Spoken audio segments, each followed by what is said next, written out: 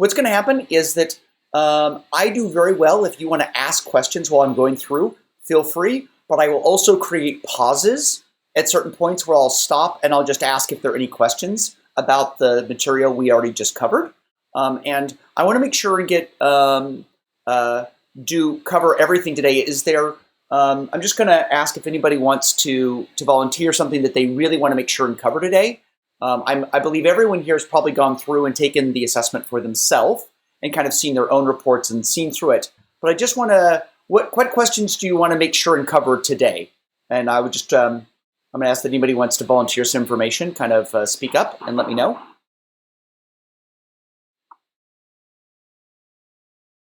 Hi, this is Sharice at Michigan State.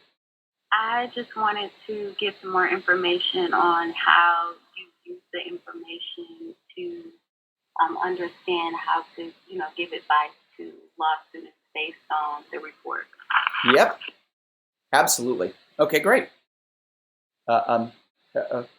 This is that is probably, I would say, the most common request and desire is you're trying to figure out how to help a student be their best self, right, and get through the process and get through law school. And so that's absolutely what we want to go do for you today. Exactly, perfect. I figured as much. Mm-hmm. You bet. All right. So what I'm going to do now is I'm going to go ahead and turn on screen sharing. So hopefully you'll be able to see my screen now. Let's see. Let's take this over here. And if I'm doing this right, can everyone see the screen? Yes. Great. All right. So whenever you're going to come to our system, this is what it's going to look like most of the time. You're going to have this just kind of login screen. If you've got a particular screen saved, like later when you're logged in and you're just trying to say, oh, hey, like I just want to save this, then great. It will, if you come back here, it'll just ask you to log in and it'll kick you right back to the screen. So it will remember what screen you were on. And so once you're logged in, different people see different things. So the most important thing for you to know as career services staff is that you get these extra 3 buttons up here on the left, while a regular student will only see these 4 right here. And then I'm seeing a couple buttons down here that are buttons that help us diagnose problems if they ever occur. But from your perspective, you'll notice that students do have just these things here. They can see the reports, they can update their account, they can take the assessment or retake it if it's been a while, and then there's a help center which then helps them with any questions they have. And we do respond to those. So it is normal throughout the year that there will be a student. Sometimes they'll ask us help directly without going to you, the career services staff, and so we respond to those and try to help those students along. If you're having trouble trying to help a student and you're having trouble, then of course you're welcome to contact us as well. So we are perfectly happy responding both to the students and to you to help them with whatever challenges they might be having with the system. Something really important to know is that if something happens and they're in the middle of the assessment, not to worry. The assessment is saved after every question. So if they come back later, they can always continue without it being a big issue. And that was a feature we added a couple of years ago and never looked back. So these are the 3 things that are going to matter the most to you as staff. And the one that's going to matter the most probably to you all the time is this all people here. And all this will do is this will show the different groups that you have. So sometimes they'll be students, sometimes they'll be whichever category they're in. And the way I like to look at this most often is this assessment date. And if I click it, it sorts by assessment date because most often the student you're seeing it has taken the assessment very recently. Does that make sense? Yeah. Great. Now, maybe you're trying to find a person's name. You can also just put your search in here and start to type like Michael, and it'll just automatically sort to that. So it should be very fast and easy. We try to make it as fast as easy to find and get to the student you want to go look at their reports quickly and easily right away. So when you log in, it will almost always take you to this page. And then from there, you can immediately go to the student you're looking to go for. And you can also see here, it tells you when that particular student completed. I'm in a demo account, If at any point you want me to, I will be happy to, if you have a question about your account, we can swap to that and I can log into your account and and we can look at what you would see on your account, if that helps. So this is what you're going to do most of the time, is just be like, oh, okay, I see. Right, here's they are. And then I'm going to click the reports and look at what reports they have. For this demo account, I'm showing a lot of reports. Most of you only have 2 or 3 reports. The one you pretty much all have in common is this one here, which is the Career Services Staff Report. And so that report is the one that's going to have pretty much all the information you're going to want about a student. The other reports there are primarily for circumstances where you have different schools provide different amount of information to students right away. So for example, there is a law student profile report, which is one version, which does not have any of the practice area information, which I'll talk to you in just a moment.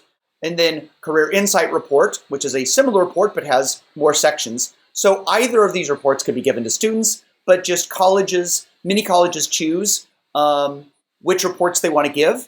I know in the past, for example, William and Mary gave different reports to each year with choosing which information was relevant at each year for law school. So there's a lot of reasons to go do that. I also know that some schools like Stanford has done work to make sure that they've actually talked with students before they've had a chance to see their reports. They now do it so that they do a group training with all their students at once, and then they get their reports. So depending upon your particular university, there's a number of ways we allow you to customize that to fit the way your career services staff department works with students. So some students will receive reports automatically, some will not. Right? Let's see if this is it. So you'll note here, this here says this report up at the top is for staff only, for Therese. And you can see this report here says, report available once user has logged in. So this tells you at the top, it'll let you know if you happen to open a report about a student, whether the student can see it or whether the student can't see it. And if it's the kind of report that the student can see, it'll give you a button right here and they can't see it, it'll say like give to the student. So if a student doesn't have a report and you want to give it to them, you can. So that's kind of the top of the report pieces. Now, from after this, I'm going to kind of go into the details of each report section, which is how you can use that report section to work with students. Before I do that, I want to pause for a moment and ask, are there any questions about the rest of the broader interface before you look at reports? Any questions about that or how the students interact with it? I have a question. Go ahead. Looking at the blue tab across the top, this is all people. There's a button for all people, employees, prospects, alumni, groups. And I'm just wondering where, and I see that category, each person is assigned a category, and I just wonder how that happens and what their category ends up being. Got it. So great question. I think you can, so if you go here to manage your team, then the way that works is that you can see here the category management at the top. It's the very first thing you can do is category management. And this will tell you what categories your organization has. You can make new ones. Some schools have made a category for each year. So literally there'll be incoming class 2019, incoming class 2020. And this tells you what reports they get. This is a demo. But whenever you want the link, you can just choose the category, whatever the category name might be. In this case, it's got employees and prospects, but it would be like students. And then it will then make sure that you have the link right here ready to go. Copy that. And you can see where it says this code right here, that code. That determines when the student clicks that link. You just send that email to the student. When the student clicks that link, it follows that, it remembers that code, and it puts the student in that category. So you can see for prospects, law firm demo, there it is, law firm demo. If I were to change this category here to like alumni, then you can see it will actually change that to be law firm demo-alumni, which is the name of the link down here. So that's how we determine which category a student goes into. Literally, it's determined by the link you send them. So you, as the services staff, you send them a link to take the assessment, and when you do, that link determines which category they go into automatically. Does that help? Yes, and can you turn off other categories that are already there? Yep. So you can see here, there's a category that says delete category. You need to make sure it's empty first. So if you are not certain, so if it's, see like these other ones that you can't delete the category. So if you go back over to people, then you can easily look at everybody in a category. So let's say you've got a bunch of people in your prospects category. Then you can just take it here and just click this button to move them to a different category. And then once that category is empty, you can go back to manage team and then you can just delete it. Cool, thank you. You're welcome. Yep, so we wanted to make that as easy as possible, but give you, the career services staff, as much flexibility. So we certainly do. Some schools just have a single link for all their students. They send out the same link to all their students. Other schools will literally make a different category, like for each group or for special groups or whatever they want to go do. They're going to go manage that. But you control the categories, and it's all managed by the link you send your students. Can I just ask a follow-up? So so ours will not automatically say prospect. Assign students, or they category students. Correct. That is correct. I think by all law schools that you don't get prospects, you have students, or not, instead of employees, it'll say student. It's really more, instead of employees, you say students, right? Because in the same way, if you're an HR person working with your employees internally, you are career services staff working with your students internally. Does that make sense?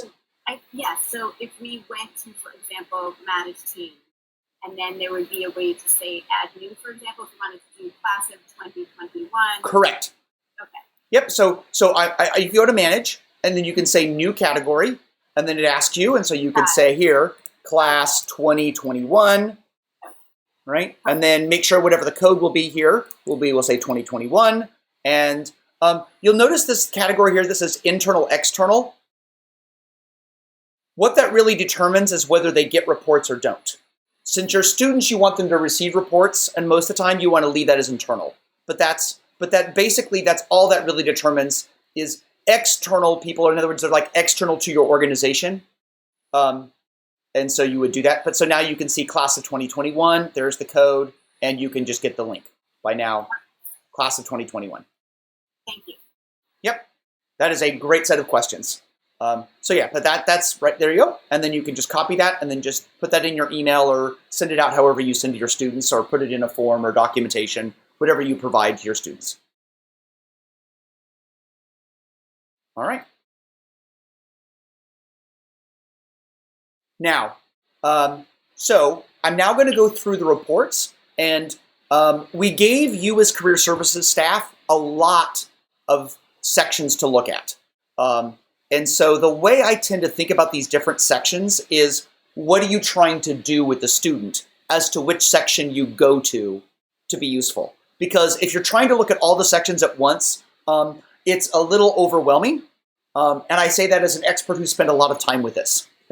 So we are aware that that's potentially a weakness, that we're presenting you too much information. And so that's why we like to do these trainings, is to help you understand exactly kind of how to go use these in a way that's very useful. So they are organized in an order that will hopefully help you. So it's intended that you can see these first several sections are going to be kind of high level. So they're not intended to be super deep, but instead the first several sections are to kind of give you the high level overview, the snapshot of the student at a glance, kind of give you a quick view of the student.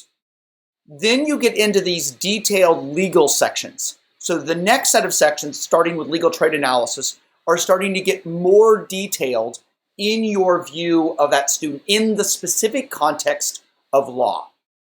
And then finally, you get to the last several sections, which are going to be even more detailed and are going to be focusing on them in law, and then finally them in their career space, actually in the workplace, specific circumstances. So these are now going to get much more contextually specific to how you help them through specific circumstances in their life or their career. So we start very broad, then we get to broad legal stuff, and then we get down into very specific suggestions for specific categories. So if you're trying to look at this report and you're trying to just broadly think about it, stuff at the top is for the quick and easy, stuff in the middle is now getting into the diving into the legal space, and stuff at the end is more specific circumstances. Does that help? Hopefully? Yeah. Great. All right. So now, different sections underlying the covers use different psychological models. Last summer, we did a 2-day training in Chicago, and we spent a lot of time kind of really going into detail. We're not going to try to go into that detail in this presentation. We'll do more trainings in the future where we will talk about those different things in more detail. So if you want to learn more, I may briefly mention some of them are using different models if you go use that. But we use a suite of models, not only do it for our own assessment, but if you're familiar with like the Myers-Briggs Type Indicator, we use personality type code, we use DISC, we use a variety of systems under the covers to try to talk through each area of a student's life in a way that's meaningful and practical. We believe in using the right psychology for the right circumstance. So we are regularly, so different sections will actually be using different psychological principles under the covers. So so that's just something for you to be thinking about as we go through it, but it's not something you have to memorize or know. Ideally, you just look at the section and it makes sense. So here we go. First one is distinctive qualities, and this will tell you here, these are the qualities that make this person, Therese, different from other attorneys. So based upon our incredible data set of successful and happy attorneys in the world, we have then this identifies what makes them distinctive. So if you've ever looked at like a Gallup Strengths Finder, this is very similar to Gallup Strengths Finder in that these are 3 ways in which this student is going to be different from a lot of other attorneys, and by the way, also probably different from other students that they work with. So in this case, this particular student, if they're trying to work with other students at the school, may find this student gets frustrated because Therese really likes predictability and embraces that, and some of the other students are not as predictable as Therese is. So you can look at this as both ways in which they're going to be advantages that will really help them, but you can also see this as ways in which at just a high level, they're likely to find frustration because other people are not as goal-driven or not as predictable. So very quick snapshot, and we look at 3 to 5. So it will be determined on the actual person as whether we show you 3 or 4 or 5 on what is most different from other attorneys and other students. So that's kind of the first snapshot right in there, helping you understand how this student is going to be different from other students you probably talk with. All right. Second high-level section, cognitive superpower. So this is based on a lot of Jungian work into the way the brain functions, and has been validated as well with a lot of EEG brain scan research out of UCLA out in California. But this is about how people make decisions and gather information. And so for Therese, it's all about superanalyzing. There are 8 superpowers, so you only have to worry about there's only the 8 that you have to worry about. But this is, again, how their brain works, in many ways, different from other people. So a great example is then those who have the superpower of superanalyzing are often frustrated when other people do not look at everything in the world as purely logical. And I'm sure you've met students like that who struggled a lot with their emotional intelligence, but were incredibly logical and just were frustrated when other people were not logical. This is exactly that kind of student. But so this tells you at the very high level immediately how they like to go about do things. And this good day, bad day is, again, just kind of that high level snapshot on them on a good day or them on a bad day. And so you can see on a good day, system thinker, but on a bad day, you get a lot of analysis paralysis. So right off the bat, if they're coming to you in career services, they're probably having more of their bad days. And so this is your opportunity to have right off the bat know immediately before they even show up at your office what a bad day looks like for them. Does that help? Great. If you like other models, this will here tell you the MBTI type code, style type code. So INTP, this tells you their Jungian functions, which is introverted thinking and extrovert intuition. So if you want to dive into the psychology stuff, we're thrilled to go there and talk about that, but that's to help you there. All right. This next section is called engagement styles, but you can think of this as very similar to DISC or social styles. So this is how they like to interact with teams and other people they work with. So we describe them into 4 broad interaction styles. And so you can see that we rank them so you can see which one is most that student. But it's really easy to just, what you want to do is focus on whichever one is their dominant, and you can focus on, in all likelihood, this is where their problems and opportunities come up. So with refine for perfection, you can jump right down here to their opportunities, is that tweak to improve and just quietly, continuously fixing things. Now, their problem is that they're never finished. So that would be, they're just constantly working on it and they never stop working even when they should. And they may have that analysis paralysis, lack of decision. So you can see that for each one of them, they're going to have a kind of an opportunity and threat. And this is most likely to come up when they're starting to work with other people on a team, or they have to do any kind of group projects, or as they go into the workforce. So if they're having lots of trouble interacting with others, this is a great place to go as kind of a snapshot of where they might be different from other students and why their way of engaging with others is different than other students.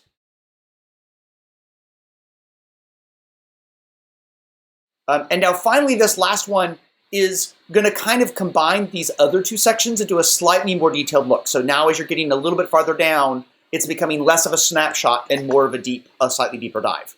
So this takes it and first of all discusses you'll notice it's using the same INTP Jungian functions, that way your brain works. So this will tell you the way they prefer to make decisions and gather information, and that can be reversed. Some people, it's more important to gather information, and for other people, it's more important to make decisions. So this is based upon Jungian psychology, and where you're looking at those boxes that are above the line, each of these are extroverted boxes, meaning that's what the student does when they're extroverting with others. And the boxes below the line are what the student does kind of in their head. So the first 4 are how they gather information, and the second 4 are how they make decisions. And so this gives you a ratio of what's really important to the student. So you can see for this student, by the size of the box, that analyzing is what's most important to the student. But then they have this thing about inventing ideas that's really what most people see about them, is that creativity, coming up with ideas. And so, and then you can see that Teresa's also willing to use stabilize or connect or value, but is probably going to have very little consideration for others in their thinking, in her thinking. And probably going to not be as focused on executing, getting a job with a measurable goal. Now, I do not expect you to remember what these all are for, so you can easily cheat and go down here, and it will give you both a shortcut, so invent is look to new and different ideas, but you can click this link here, and it will bring up a box that talks about how each of these different boxes work in your brain. So briefly, everyone does all 8 of these. What we're really determining is like left or right-handed. Which one does a student do a lot and do easily, and they find it very easy to do it. In fact, without thinking, they'll probably slip into their biggest box because it's going to feel natural to them. Just like if somebody throws something at you, you tend to use your dominant hand to catch it. Or if there's a mouse on the table, you use your dominant hand to reach for it. So they're going to use their dominant functions to go solve whatever problem shows up. And so normally if they're coming to you, they probably used their dominant function a lot already to try to go solve the problem. But as you may not be surprised to learn, it turns out doing more and more of what they did before is not solving their problem for them. So their method of solving problems up till now isn't working. And that's normally because they haven't had as much chance to develop as a full adult how to go leverage the skills for all these other things.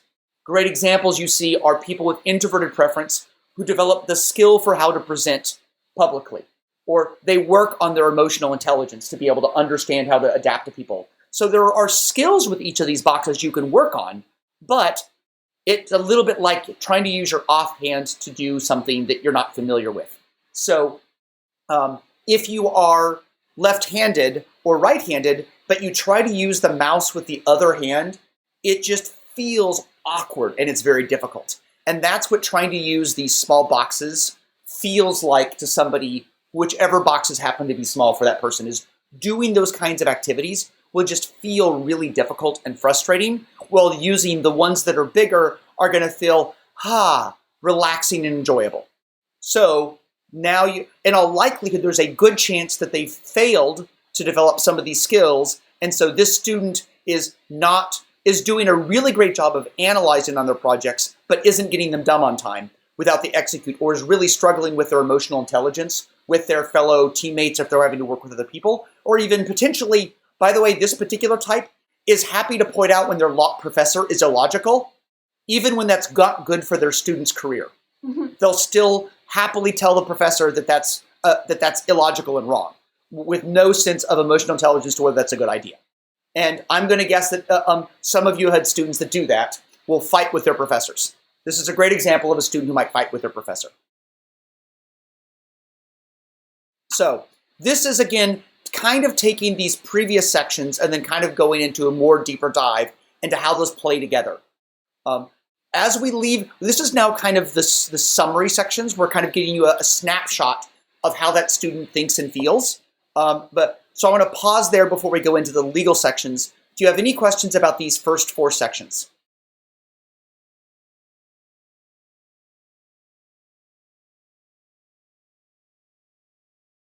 Great. All right. I'll go ahead and proceed on. As a warning, please let me know if I talk too fast. You may have noticed I do talk reasonably quickly, so I will work on that as well. All right. So this next several sections, all 4 of these are now getting, although this one's now getting to their work categories, but especially these next 3 are getting very specific into how they fit into the legal space.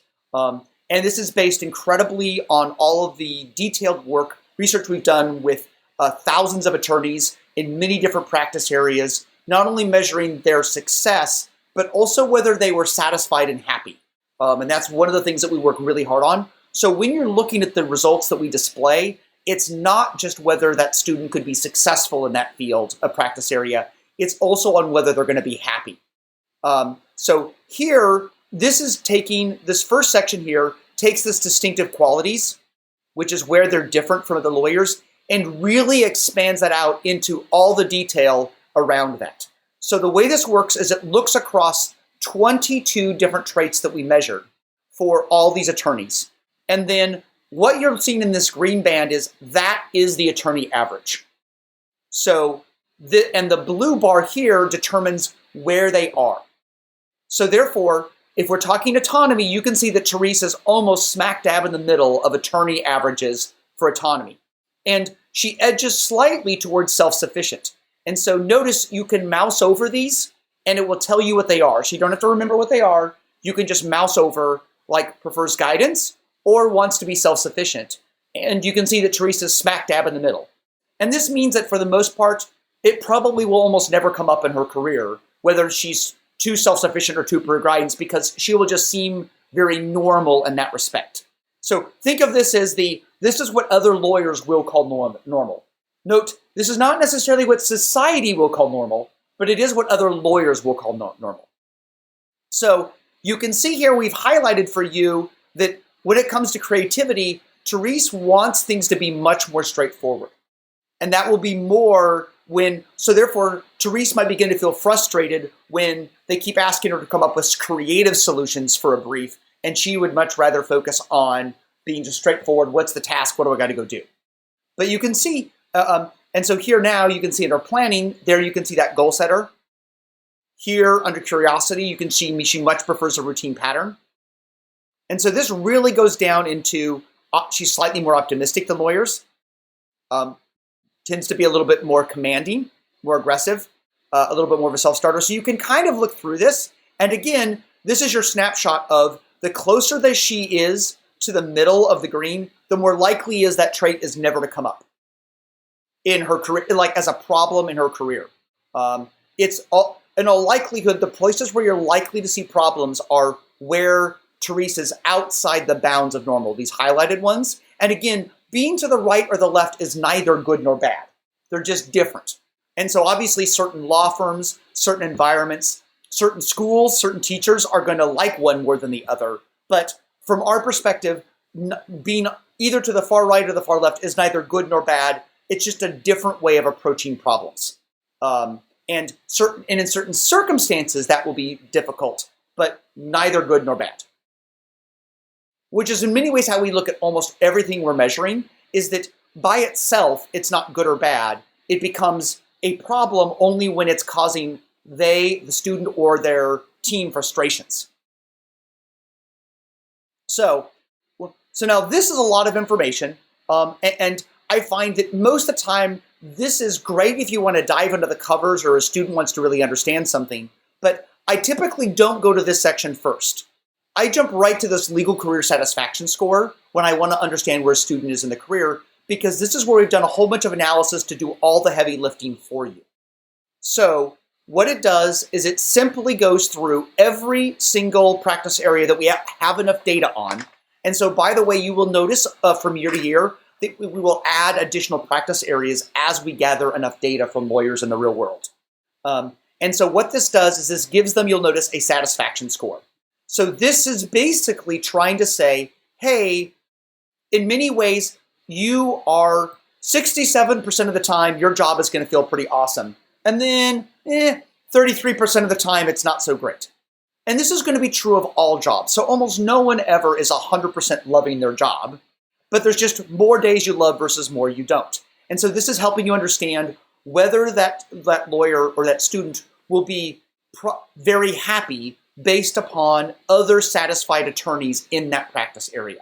So this is looking at successful and happy personal injury attorneys and insurance and litigation and labor and employment. So you can see Teresa is going to be a reasonably good fit for those kinds of practice areas. So this is your opportunity to sit with that student and help point them towards practice areas where they might be struggling, but it's because maybe Teresa thought she should be an immigration or environmental or trust and estates law, and you're like, you know what? You might really prefer insurance or litigation. Have you tried that?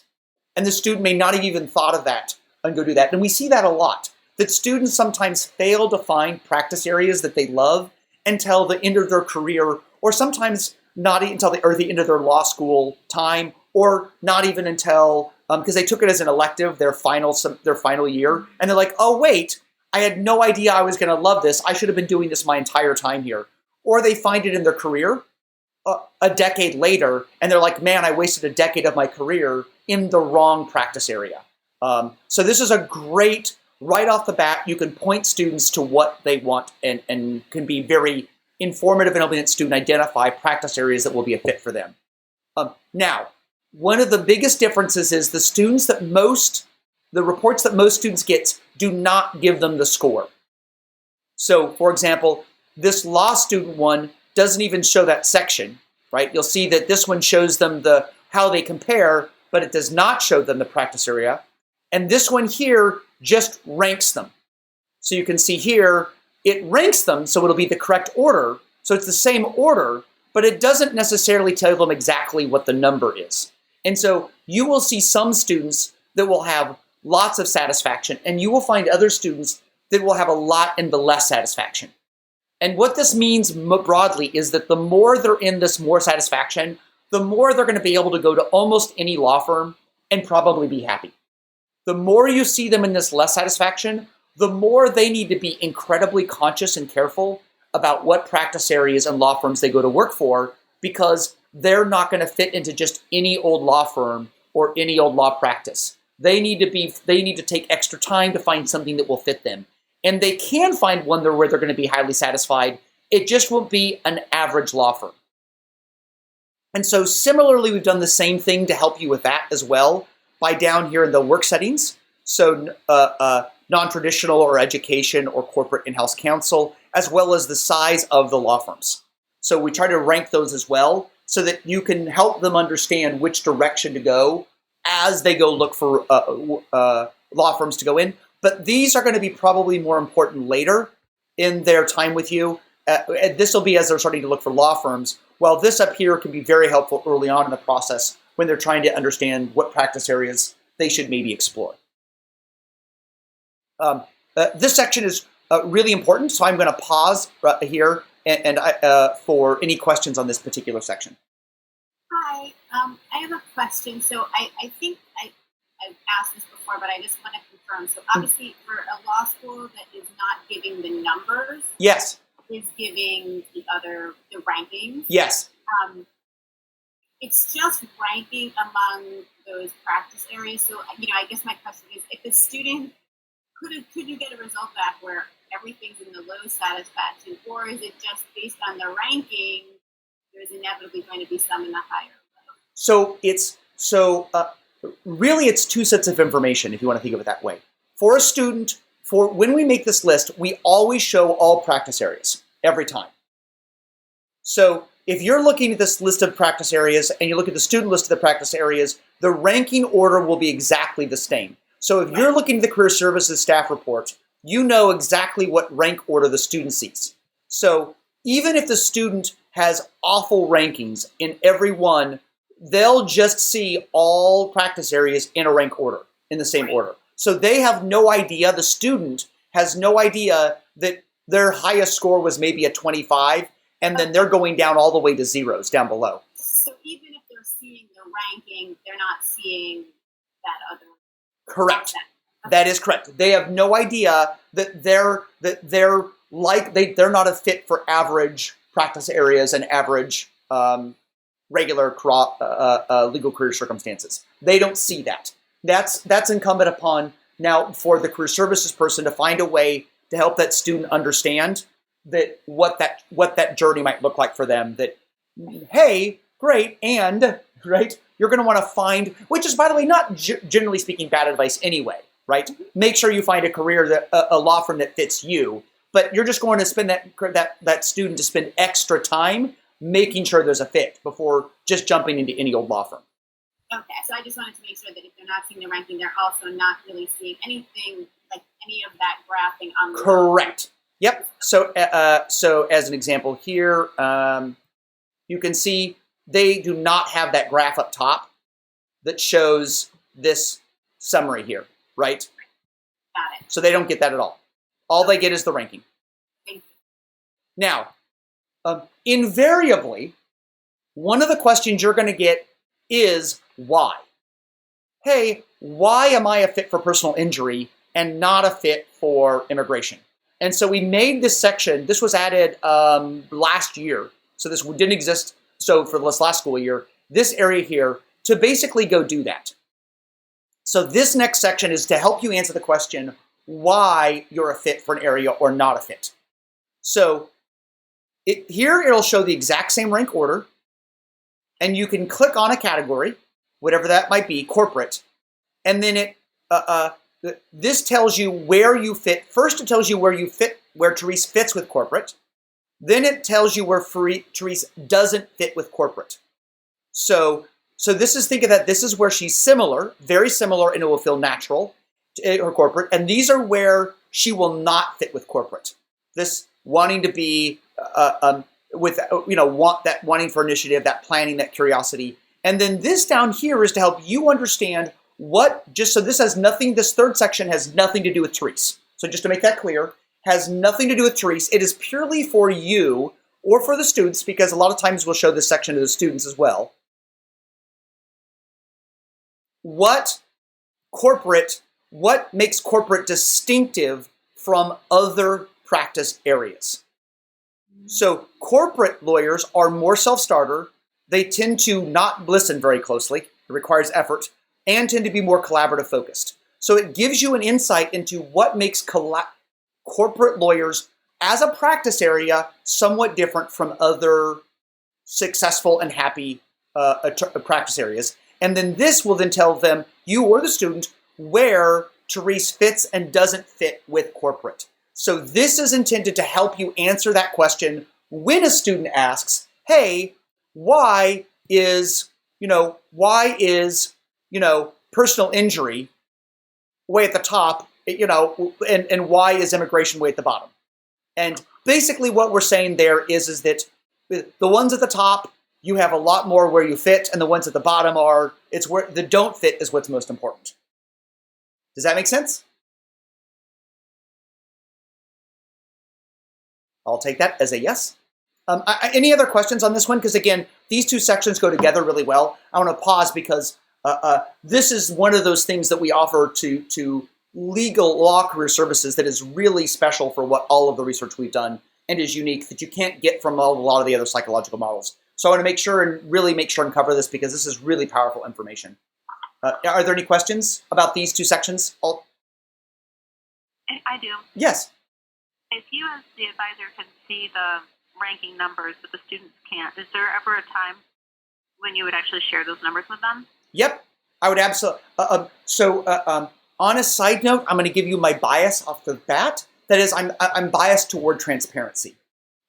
However, what we find is that a lot of students, if they were to just all of a sudden, with no preamble, were to all of a sudden see a bunch of low scores, they might unnecessarily panic. Especially if you're thinking of your life in A to B's, so anything less than a 90 is bad, right? So that you can see that students might panic if they're like, oh wait, I'm not in a 90 as a law. Oh my goodness, I'm going to panic. And so once you've explained that this is now more about satisfaction, not whether they can be successful, but whether they're going to be successful and happy, and that they're not kind of broadly talking as a satisfaction score about their day, I would be, at that point, once you feel the student understands what we're talking about, then I think sharing that with the student is very valuable. So I would actually, if you feel the student is in a position to handle that information, I would gladly show these scores to your students. But I would first make sure that the student is in a mental and emotional state to be able to not panic because they're not a 90. Right? So many students are used to being all A students, and seeing anything less than an A plus just throws them into a tizzy. And as long as you don't think it's that kind of problem, then I would happily show them the numbers if you feel that they understand it. Does that help? Yeah. Great. So that's why. So, but that is the major reason we often don't show the scores first. Not because we think we should never show the scores, because we just want to make sure that the student is in a position to understand the scores and use those productively rather than unproductively. All right. So now we're starting to move out of that kind of detailed career fit specific feel and now into how that applies in their time as both a lawyer, but we also find that many of these detailed suggestions also apply to situations in law school that come up that have similar relationships. So the first one is really talking about them. Think of these are keywords in their thinking style, working style, motivational style, and business development style. So think of this as more like not prescriptive, like this is not how they will for sure do it, but more of a broadly, think of this as like a general personality description of how this person will be in business development in a law firm, or motivational, how they get motivated and what motivates them. So again, you can use this to help them get motivated or help them understand their own motivations. Here, how they're working, how they tend to work through stuff. Here, how they're going to do their thinking style, how they're going to think through things. So logical and optimistic, risk averse. So this is ways to really begin to help kind of break this down into how this plays out in different areas of their time as a student and in their time as a lawyer.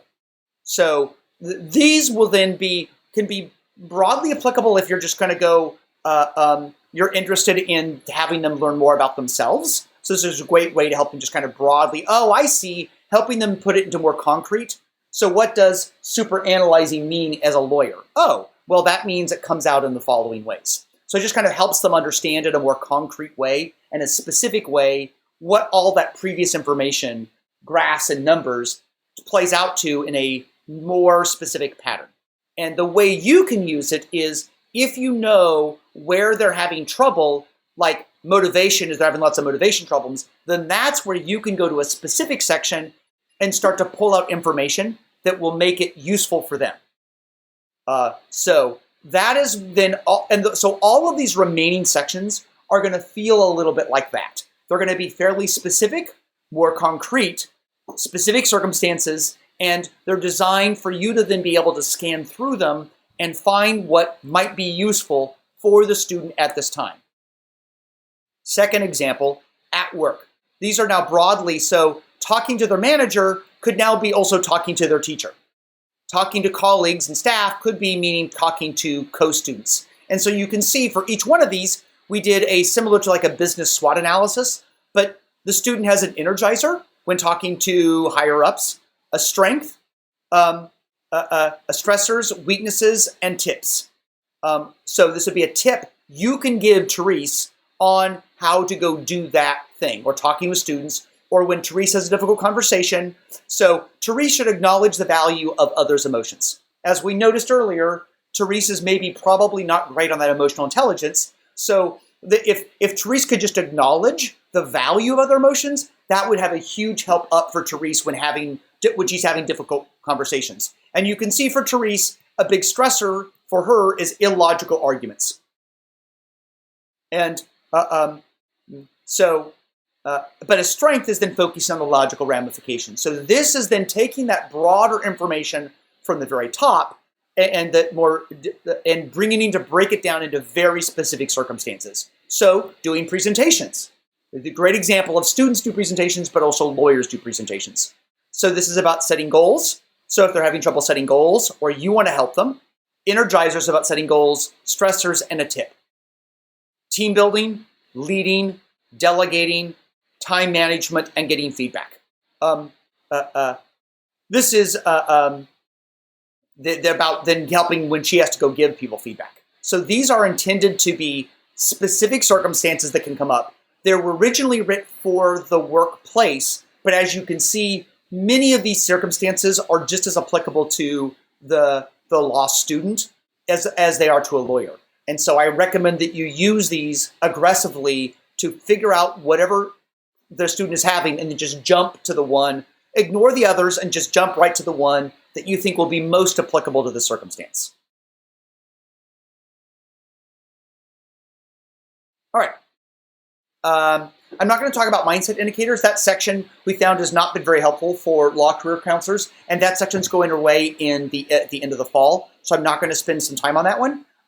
As just an FYI, we are planning some major updates that are going to come kind of between the fall and the spring. So we will be sending out emails and having additional trainings on the new features. But every year we try to make improvements to our product to make it better, easier to use, and we've got a lot of great feedback from career counselors on how we can make it even easier for them to go use and leverage with their students. And so we're making a bunch of changes to go make that happen. So that's one of those, is that section's going to go away. We're going to make a bunch of changes to this mentoring insights and suggested activities, but conceptually it works the very same way. This talks about each kind of sections of who they are, and then some suggested activities you can tell Therese or the person to go do. Like talk to Therese and find out about what her internal standards are and offer advice on which of these needs revising. Advise more restraint. Relationships, and then some descriptive in the blue, and then suggested activities. So be aware that she needs a mixture of socializing and solitude. Use some warmth and closeness when relating to her that will help her. She will not express that she needs it, but Therese does actually appreciate the warmth and closeness. She just didn't talk about it. So you can go look through some of these things and then have suggested activities for each one of these. So that's again getting into performance specific. Watch out for the trap of believing success at work is everything. Therese could perform relaxation and positive mental visualization exercises to improve consistency. So they can give you a lot of great specific, go through this area, and there are suggested activities for you as a career counselor. Again, written for the context of mentoring, but these tips and suggested activities are perfectly appropriate for working with students in this context. So again, these are now getting into very specific things. You will probably not use all of those. In fact, when you're looking at that, you may only use one category and one suggested activity with a student. So again, we're giving you a lot to work from, but for these bottom sections, I highly recommend you find the one that you think will help the student, grab that one, use it. Don't try to use them all. Try to just pick one or two and focus on that. And then finally, this career planner section, again, is talking about now getting into specific ways in which where they can do careers. So it's a little bit more abstract than some of the previous ones, but it really focuses on careers where this is where you can help them understand the specific environment where, like let's core values, environmental and cultural factors, that the kind of law firm or law environment where Therese will be happy. So this is now getting into the specific concrete things that are going to matter a lot to Therese as she's choosing a law firm or bosses or coworkers or making choices about her work circumstances that are going to come up. So prefers careers where. So in this case, think of this as prefers careers where, like thinking what kind of law firms, what kind of legal circumstances where that Therese can really apply natural ability to focus and concentrate rather than multitasking. Allows for some spontaneity so that you can look through to natural ability to solve very complex problems, invent and create. So you can see some of these things where that go place together. So again, probably not useful in lots of your students, but if you have a student that is got a bunch of low numbers, then the career planner section is going to be vitally important to help that student understand what are the specific things they should be looking for. And the same thing with those, 4 styles of like where they're different from other lawyers. What are those things that Therese should be looking for? If she's got a bunch of low scores, they're going to really need to focus on those things to make sure that they have a happy, successful career. All right, so now's a great place to ask questions about these kind of bottom, more specific, concrete sections that you'll use in certain circumstances. Do you have any questions about those?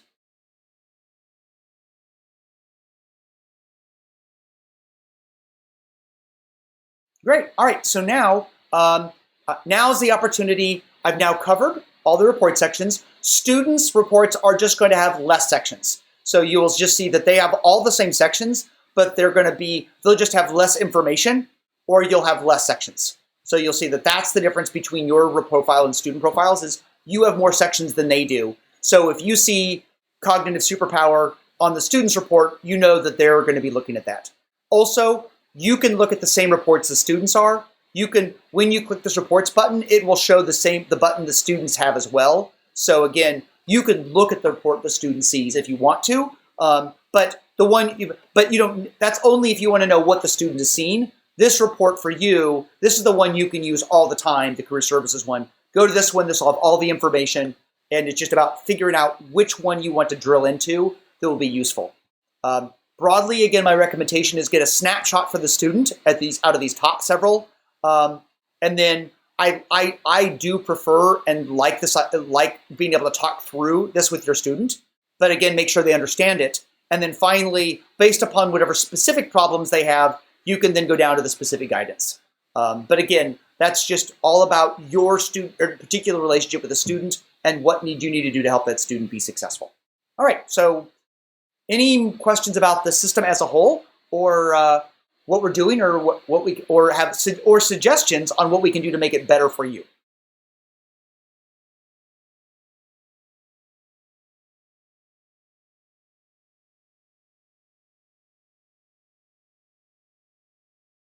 I will assume silence is great. All right, so we're now actually approaching the end of the time frame. So any last comments or questions before we end the training?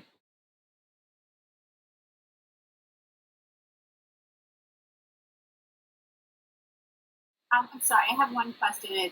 Elise, because it's our first time using it. So when right now, obviously, we're gearing up to send out the link to their particular students. Yes. I haven't logged in recently. If we log in now, we would just see nothing, right? I mean, we would just see you would see any previous people that have taken the assessment with your links. So for many schools, that means that if they've been using it for a year or so, then you'll continue to see all the students previously.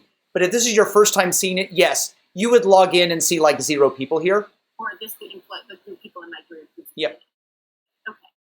Okay, and then as soon as the reports start coming in, depending on the link or the category that we use, we'll start seeing. Yep, and again, this people page will show everyone from pretty much all the categories. So by default, it's just gonna, you don't have to worry about categories. You can just search for the name or just see who completed it. It does show the category, so you can select this to focus in on just a particular category. But by default, whatever category, whatever links they're taking, they're all going to show here in this one place for you to find all students. Welcome, Beth. That's a great question. Go I ahead. think you might have talked about this early on, but I couldn't hear right at the beginning. Recommended whether or not to have the student see their report before coming to an advising appointment about it. Got it. So I think for most students that like looking at least, even if it's a report with less information, it feels very unsatisfying to go finish this, to go through 30, 40 minutes of work to go do this and then to get nothing. So I highly recommend that the students get, even if it's a very simple report with just a few sections, and we can make them even more simple than this. So even if it's just going to talk about kind of distinctive qualities and superpower engagement styles, kind of very high level, no right, no wrong, but I find it very valuable for the students to at least get something to feel like they're looking at the reports, they've seen a report, and then later, if you've gone on to give them more advanced reports, awesome after they come in to see you, but I find it highly valuable for the students to at least get something to feel like some tangible benefit of just taking this time to do this work. Does that make sense? Yes, it does. Thank you. Great. That was a great question. Go ahead. I'm sorry, I think you said this, but when we're looking at a student, obviously we know that they've taken it. Does it say if they viewed it? It does not say that right now. That is actually one of the features we're planning to add over in the fall, is the ability to know when somebody's viewed a report or not. Because it turns out that's actually useful for you. Thanks. You're welcome. So it does not do that now, but we hear your request.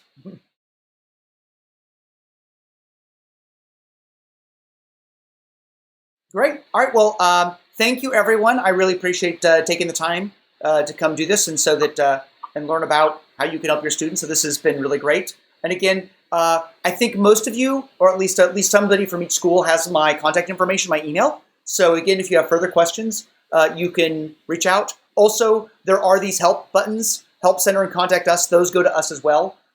So I also have some other people that help me. So, but you are welcome to reach out to directly or just use these Contact Us links, which again, the students do as well. And so we'll get to you either way.